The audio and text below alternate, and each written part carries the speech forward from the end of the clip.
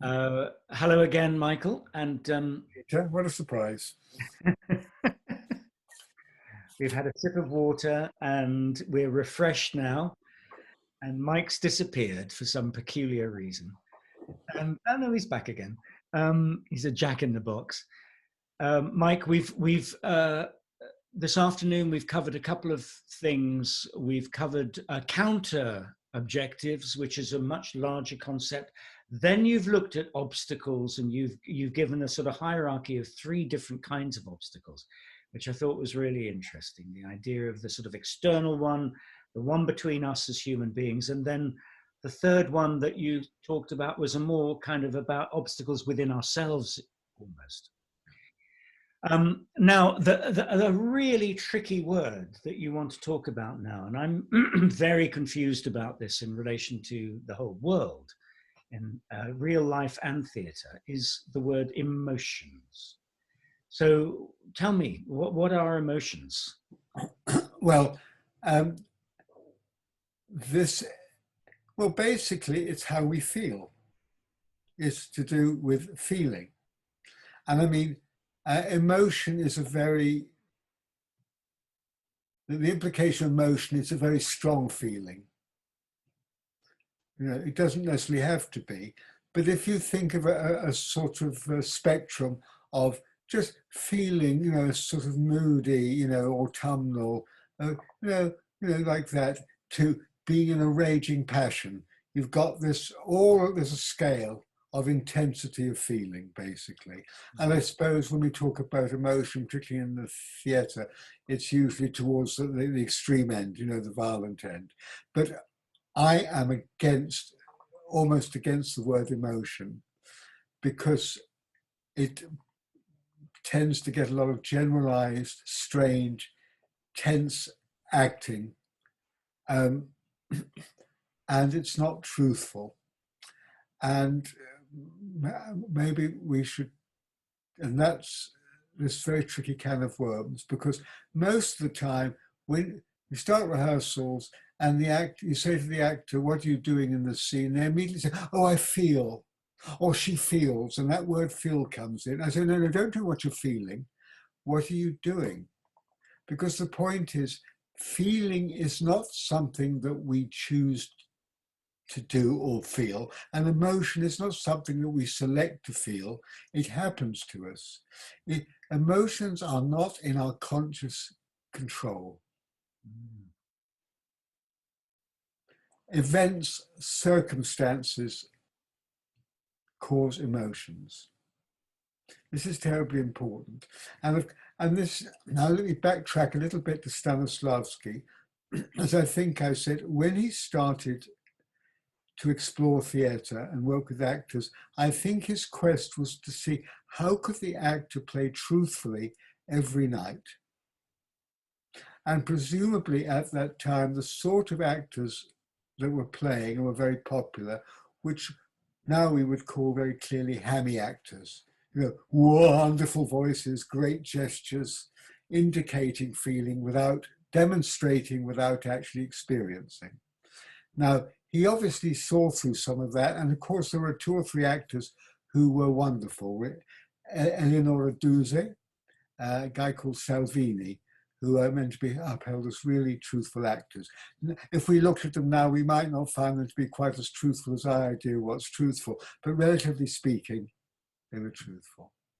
I mean, this is the problem of what we think is truthful. When I was 20, and the first James Dean film appeared, East of Eden, oh, it seemed like the most truthful acting you could possibly imagine. And of course, looking at it over the years, it's got more and more mannered. You know, I can't quite get the words out because I feel that, all this sort of stuff. But it seemed very real then, because it was probably more realistic than what had gone before. Do you see? So we're on this journey of truth, you know, and playing truthfully is not playing it in a style, and playing realistically can actually be just one more style. What actors doing modern plays attend to, oh, I get very relaxed and I get very cool, and it could get a bit generalized, but is that truthful for that character in that situation? So there's a lot of questions about this. And so Stanislavski was thinking, yes, how can I tap truthful feeling? And he thought, well, he understood instinctively or perceptively, and also possibly because it was in the zeitgeist at that time, and he might have possibly read something of Freud's or some of Freud's, contemporaries or mentors or something. But in the zeitgeist was this concept of the unconscious, the subconscious, which didn't exist beforehand, you see. And he rightly understood that you couldn't just turn on an emotion, like I turn on a happy tap and I'm happy, or I turn on the angry tap and have a drink of angry water, and I'm angry. It doesn't work like that. They happen. And he sort of felt that if I wanted something and I wanted to get it desperately, it would evoke all sorts of potential feelings in me, and whether I got it or not would release different sorts of emotions. If I got something, I'd have a series of happy emotions. If I failed to get what I want, I'd have a series of unhappy emotions. You see, basically that. So he thought an actor could come into rehearsals and play objectives. Later on, he thought, maybe sometimes it's not that easy to play an objective at 10 o'clock in the morning or 11 o'clock in the morning. So, but what the actor could probably play is their actions, the things they do in the scene, which are aimed towards getting their objective. Like, I agree with you, I gossip with you, I reject what you say, I apologize to you, I do all these things to get my objective, you see. So that's how his system worked, you see. And my categorizing is, I want something, I do something, and depending on the outcome of the doing, I feel. Yeah. And it is as simple as that. And implicitly in the wanting, I'm in a state of, as I said, sort of dissatisfaction, unhappiness, because there's something I want which I haven't got. So I don't feel calm and in equilibrium because there's something I need. And usually in a play, I want something very strong and interesting. Otherwise, it's not interesting for the audience. So already I'm in a state of anxiety or curiosity or need, which creates feelings. And then I go about my business trying to get what I want, which will make me feel happy and secure or whatever, balanced. And in that struggle, things will go either one way or the other.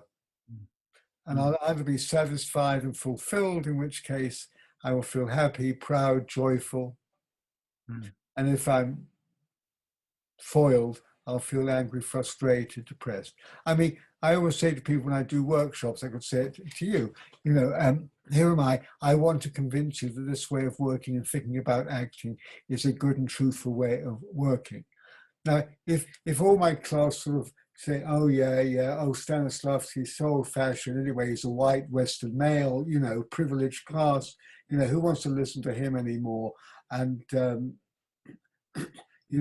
and they're on their phones while I'm talking, and they're not taking notes, and they're gossiping to each other, and they're looking at me very ironically. I will, without any effort on my own part, I will feel upset, hurt, insulted, annoyed, humiliated, angry. It depends on my character. A whole range of feelings are possible for me. Upset, embarrassed, defeated. Okay. Now, if they're all smiling and nodding and taking notes and saying, oh, that's so interesting. Oh, how wonderful. Then I will feel relieved, happy, triumphant, confident, joyful, because I've got what I want. The process is as simple as that. And so in order for the actor to feel, they've got to get into action and want. And therefore, when an actor says to me, oh, in the scene I'm feeling, I first will say, what are you doing in the scene and what do you want in the scene? Go that way and allow the emotion to be whatever the emotion is. Because again, we cannot say directors often say, oh, you're too happy, or be happier, or be nicer, or you should be angry. Well, you know, anger is a huge, so what do you mean by angry? Am I raging? Am I a bit petulant with you and annoyed? Am I grumpy and tetchy? You know, what does angry mean? Am I insulting and abusive? Do I hit you? You know, what's angry mean, you see? And so what actors tend to do, and you can see it even with very good actors now, they play generalized cliched emotions. I'm angry. So they put themselves into sort of cliches, which comes from observing other people mostly doing plays on television. You can see it. You know, I get angry, you know, and I start shouting because you're go and see Shakespeare. All you get is most of the time the actors are shouting because they know they've got to be very emotional. They haven't explored the text. They're not in touch with what they're saying. They're not playing objective. So if I shout, I'm emotional.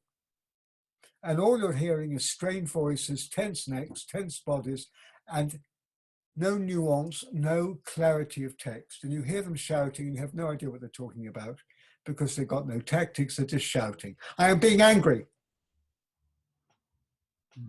And emotions are always moving. So even if I'm angry with you, my anger will go through different shades and energies. You know, I'll give up a little bit. I'll become a bit sarcastic with you. Then I'll get roused again. And now, you know, things are moving. And it totally depends on what the other playing actor is doing to me. Do you see? So unless we're both playing together truthfully and responding to each other truthfully, there won't be any truthful emotion. And you can see people trying to dredge up emotion. And it's false, it's fake, it's cliched. And sadly, a lot of audiences buy it. I've been watching bits of his Dark Materials on television. And I mean, some of the acting is appalling. I mean, some of the heroic actors, I don't know, there's a lot of women who fly around, they're witches from somewhere in the north of, you know, Scandinavia. And they say, we're going to do this. And they're playing strong and virtuous. And it's generalized and it's boring. They're actually playing like old-fashioned bad melodramatic actors. Leave my house and never darken my doors again. You know, and you think this is just a modern version of that terrible, corny acting we'd have laughed at a long time ago. But because it's on telly, and some of them are quite well known, and there's a lot of costumes and things, it gets by. But I was watching a bit last night, and I thought, I can't believe it, actually, because they're always playing the same thing. They're locked in, and they play a state, which they held on to. But we don't play states. You know, actors used to say, oh, this is my sad scene, or this is my angry scene. And the implication was I'm going to be sad all the way through the scene, every line. But we move all the time. We're shifting and we're nuanced and we're complex, do you see? So emotion is very problematic because often it's why actors want to act, because they want to be emotional. I had an online class of actors for one session, just talking generally, answering questions actually. And I said to all of them, what do you think the actor's basic job is? Well, none of them said what I think it is, but they all said, oh, to express emotion, to express myself. And you think, first of all, I'm not interested in you expressing yourself. You know, I haven't chosen to watch you express yourself, you know. Your life may be very interesting or not particularly interesting, I don't know, but that's not why I'm in the rehearsal room with you. You know, so it becomes a very confused and vague word, okay? And it's not healthy and it's not truthful. There's an interesting discussion that we had a few months ago, and it's something that I explored quite often with students, was the shortcut, because there is a circuitry in our bodies. In other words, what I'm getting at is if I clench my fist really tight, actually it starts to shove all kinds of hormones into my body, which make yes, absolutely, and that is very validating in a certain way, which we certainly will talk about, because at the moment I'm talking about working from the inside out, which was how I was trained, and it was very much the soul of the method acting in America. Now, it is not necessarily the best way.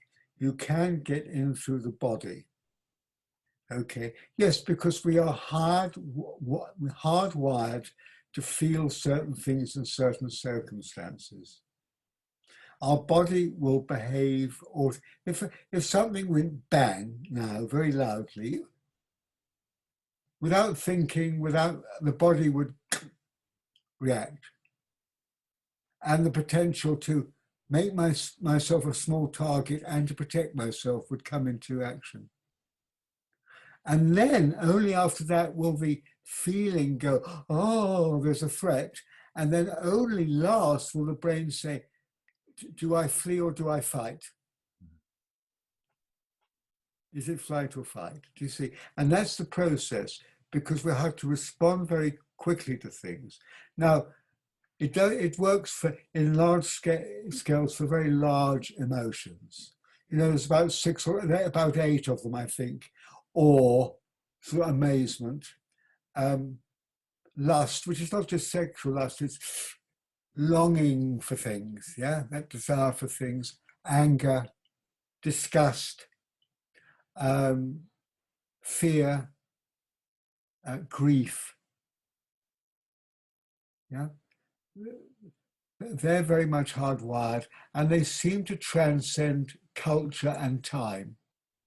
There was a point when human beings evolved to more or less what they are now, which, what, 2 million, I don't know, less than a million years ago, God knows, sort of just a few 100,000 years ago. And they must be that way, because how could we read Greek plays and have some sort of relationship with those characters? Or read the diaries of those brilliant women in 11th century or Japan who kept diaries and were very witty, if there wasn't an essential emotional understanding of what they would go, oh, Shakespeare, because the cultures and the values are totally different, but within them there are these emotions. Now, there are also emotions which are culturally evolved, so you learn them. Like, I think shame is probably a cultural evolution. Okay, and so forth. Okay, right. And what is interesting, and I always get very frustrated when I watch foreign plays done in English, is that everything is translated into English culture, English psychology, English ways of dealing with emotions. Now, each cultures put a different valuation on certain feelings. I'll give you terribly cliched things.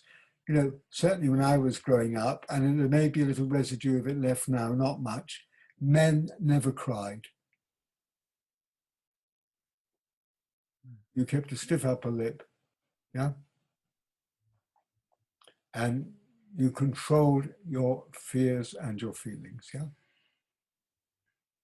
Because it wasn't manly, because it would embarrass other people, and so forth and so on. Okay.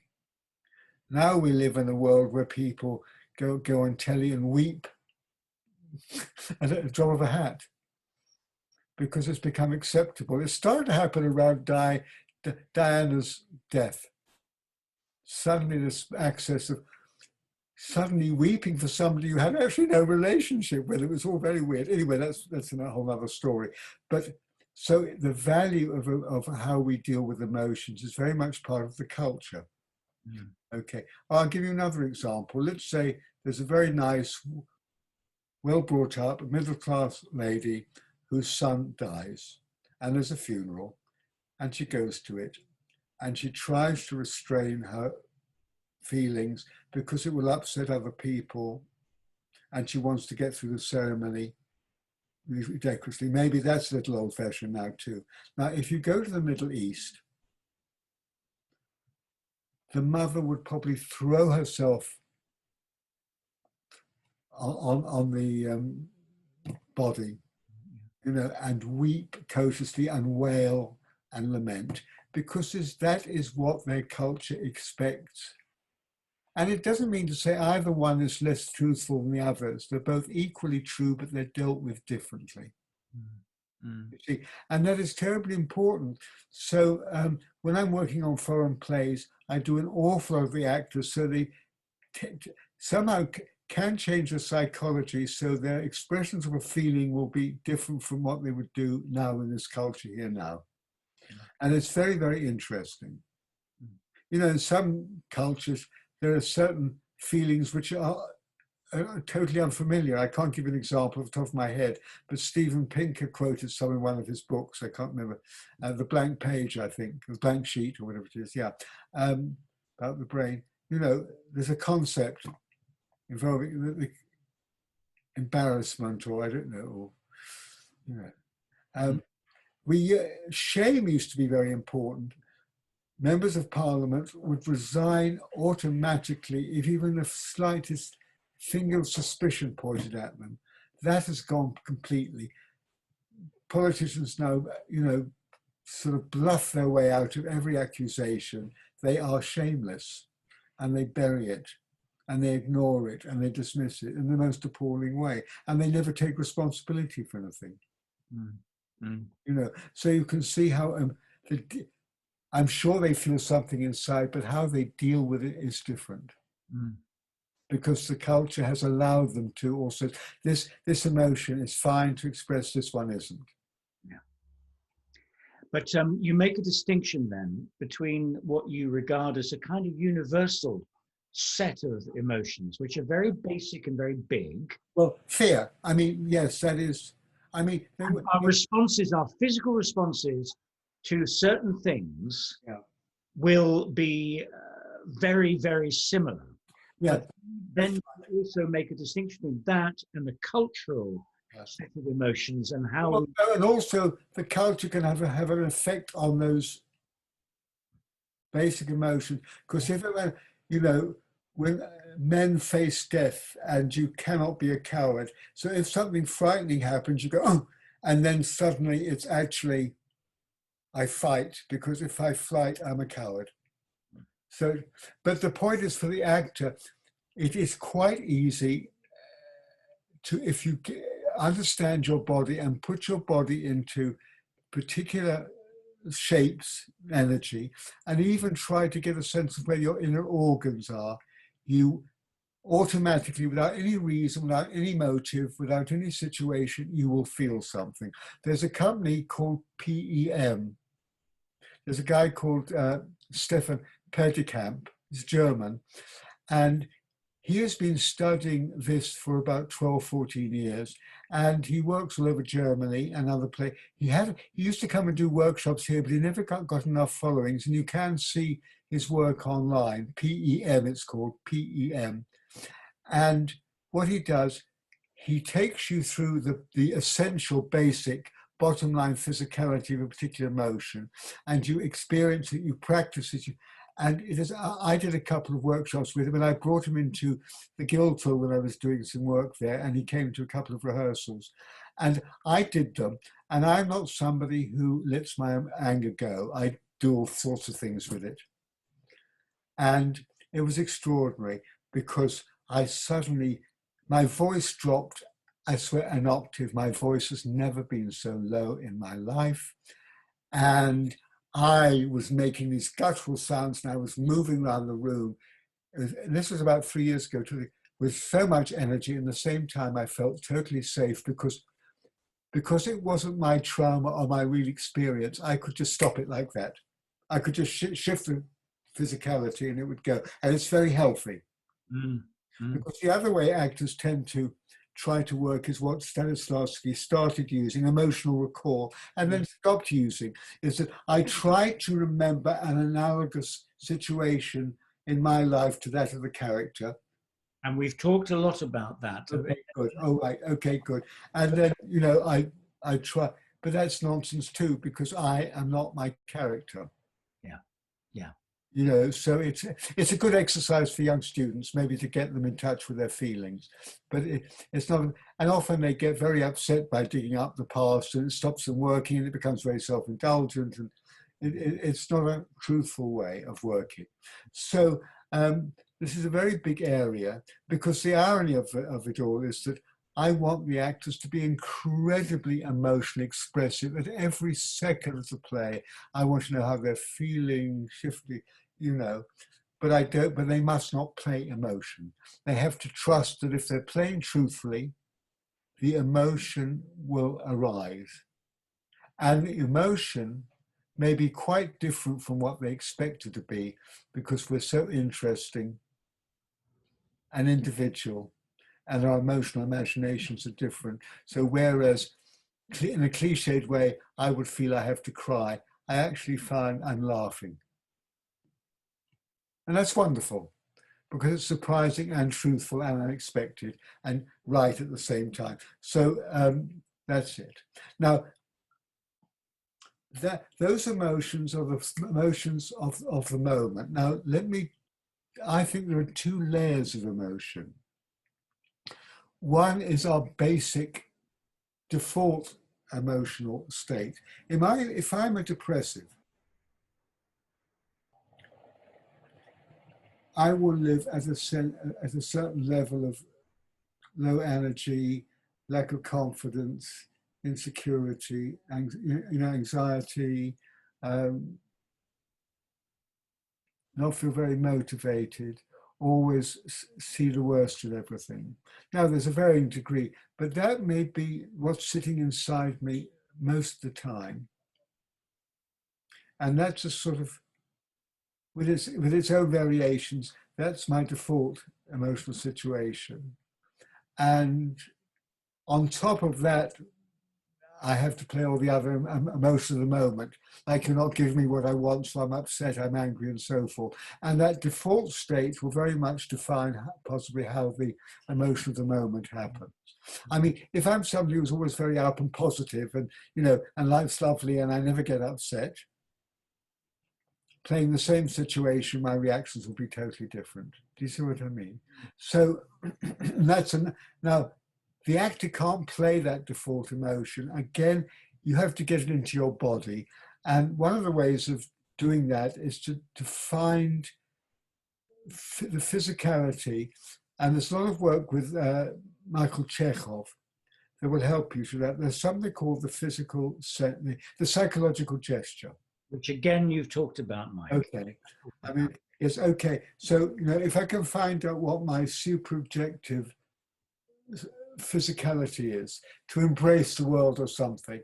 And I keep repeating this gesture, which should be a total gesture, slightly larger than life, but truthful. A truthful, not a distorted, peculiar intellectual idea of it, but actually, I'm joyful, I want to embrace life, and I take it as far as I can, and I feel it from head to toe, and the energy, and I keep repeating that. I can drop the thing and feel it inside me. And so inside me, I've built a little model of me doing that in my chest, you see. And I can evoke it, and I can make that eventually with exercising it. I can do that every day before I start rehearsal, whatever it is, and it'll sort of be sitting inside me. And I don't have to think about it, because it's part of building my character.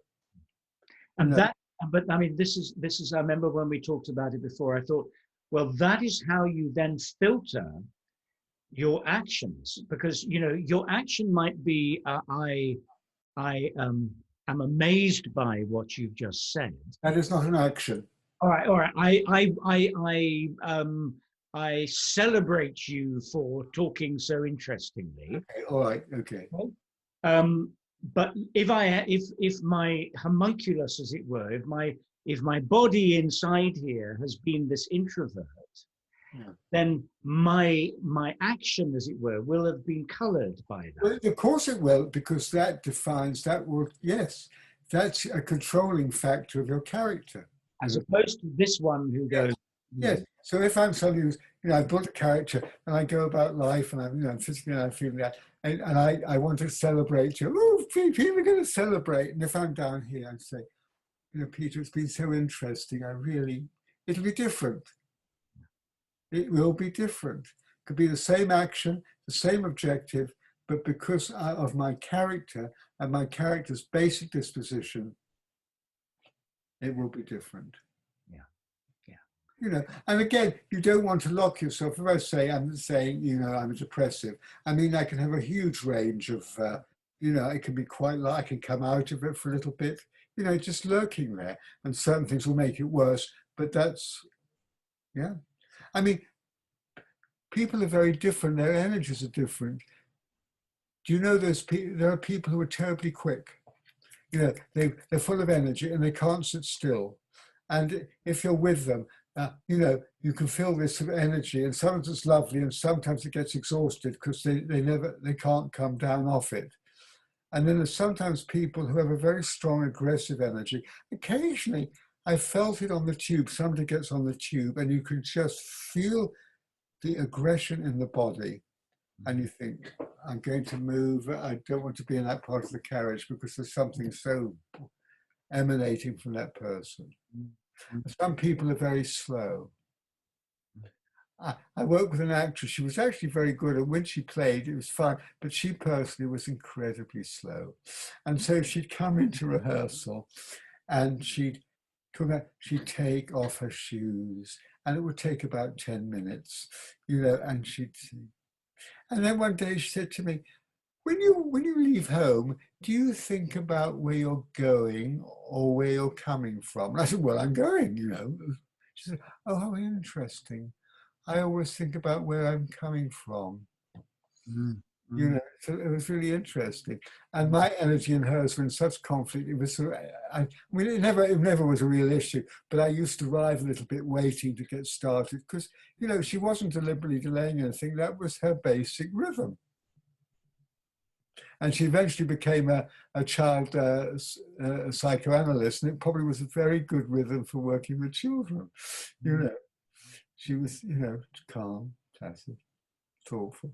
You know, so this is all to do with, of course, with character, with building character, which is a huge, huge topic, terribly important. But but emotion is the basic, you know, moment-to-moment emotion is the result of playing an objective, and whether you're successful or not, or left in suspense, you don't know either way. You know, that's basically it. And the equation is very simple. I want something, I do something to somebody, trying to get something from them, and what I get from them will affect how I feel. And then with those feelings that have just evoked in me, I go on playing a scene. So there'll be a constant exchange of feeling. You know, they might be a little nicer. You know, they've blocked me, and then they concede, so a little bit hopeful. So everything is always on the move. So the emotion is a stream of feeling which is constantly shifting. It never settles, and that's when you know an act's alive, when you can feel the things are shifting and they're expressive, and every moment is coloured by some interesting sort of nuance of expression or something. But most time actors play in one state, you know. Yeah. And no, very interesting. But as you are right, and with that thing with the, of course, you see, if I do that to you, yeah, you start to feel accusatory and kind of. and if you're on the receiving end, not on the screen, you might, if I go, and I commit myself to it, I totally commit myself. I'm not just doing it, I'm not just doing the arm, but the whole of me is saying, immediately I feel accusatory, or I'm blaming you, and you think, oh, we're done. Now, I have no reason for doing that. I have no motivation for doing it, but that's what the body has told me that means. And that might be a cultural one. I mean, if I go, I don't know, isn't it? I don't know. It doesn't mean, oh, I'm happy. It just doesn't mean, I'm happy, or it just means, I don't know, or I don't really care. You know, somewhere in there, you know. Yeah. So, so that's a whole way of getting the actor out of their patterns, and so that's why I feel the body is so incredibly important, because as we've said, neuroscientists who are exploring emotion, the brain, the connection between all these things, have come to the conclusion that the body is the first responder, it's the first port of call, then the feelings are evoked, and then the mind clicks in. So the mind is the last to move, you see. When most actors sit in rehearsal, this is going the whole time, and this is dead. Yeah. This is where I'm talking, and that's why talking too much in rehearsals is death, because it kills any energy in the body, and with that, any sense of feeling or imagination. Now, the only other thing I would like to add to this is that if I really, and this goes back to the talking about the objective, and I've said it before, but I want to place this in the context of motion. If I want something from you, and I can really believe I want it and say, Peter, please, you've got to understand, my belief in theatre, and it isn't like yours, and I'm sorry, but I must get my point of view across to you because I think you are so wrong in what you think. And it matters to me. It immediately evokes something, a sensation in my gut, down here where all the real life feelings have happened. And I'm getting in touch with my subconscious, with my unconscious down there. Mm. And unfortunately, and this is the big paradox of acting, that you are only really truthful when the subconscious is evoked. And by definition, you can't evoke the subconscious because the subconscious is subconscious, so it's an irony, but this is a way to deal with it. And of course, as I've said before, and I'll say again, the title of the final chapter of Stanislavski's original translator of An Act Prepares is On the Threshold of the Subconscious. So he was very clear about what he was trying to achieve, you see. It's getting in touch where you aren't in control, and you don't know what will come up. And I know you must have been through these experiences yourself as an actor and watching other people in rehearsal when the actors felt rather free and they're not under any pressure, and they do a scene and suddenly it's wonderful. All sorts of things are happening. We all sit up in rehearsal room, don't we? And our energy is lifted because something real has happened. And the actor says, gosh, I don't know where that came from. Well, it came from their subconscious because they were free and allowing themselves to work 100%. They weren't worried, they weren't blocking, they weren't trying to please me or you or do what they think is right. And that's the state I'm always trying to get the actors to have as their basic constant state, ideally. Mm. You see? And I suppose the equivalent is a bit like you're an athlete. They train and train and train, but they can't stop to think in the middle if they're sprinting, if they're doing a 220, or I don't know, They have to keep going. So they sense what's happening around them, and they don't, but they have to just go, and they have to let their instinct take them, which is trained into them. Because if they stop to think and say, oh my God, they're lost. If this gets in the way, this has to be used properly. This immediately has to translate into an instinctive going ahead. Do you see what I mean?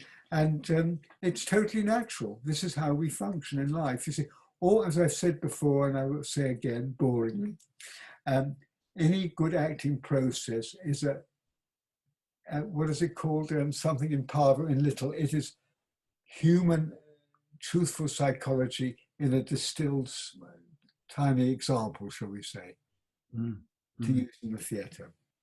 Do you think? So I think I've probably covered most of the aspects if I think about emotion. And I always would say to actors, it'd be really nice if we could ban this word. And always say, instead of me saying get angry, say ante up your objective. Strengthen your objective to get to this person to see your point of view. Take an active line, and that will evoke something that's more like anger. Do you know what I mean?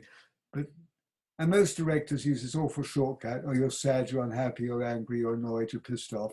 And inadvertently I'll use them because they're in our vocabulary, but I know they're not specific. Yeah. Okay, that's emotion. Good. All right. Well, thank you, Mike. We'll bring this session to a close. Thank you very much. It's been a pleasure, as always, to talk to you. No, really nice. Thank you very much. So now, Peter, for the rest of the week. Wait.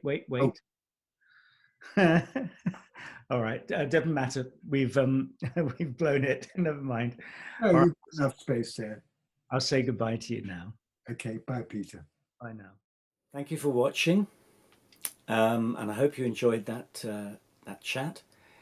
And if you did, would you press the like button and also the subscribe button? That would be great. And if you wanted to be given alerts to when the next one is happening, just press the bell button.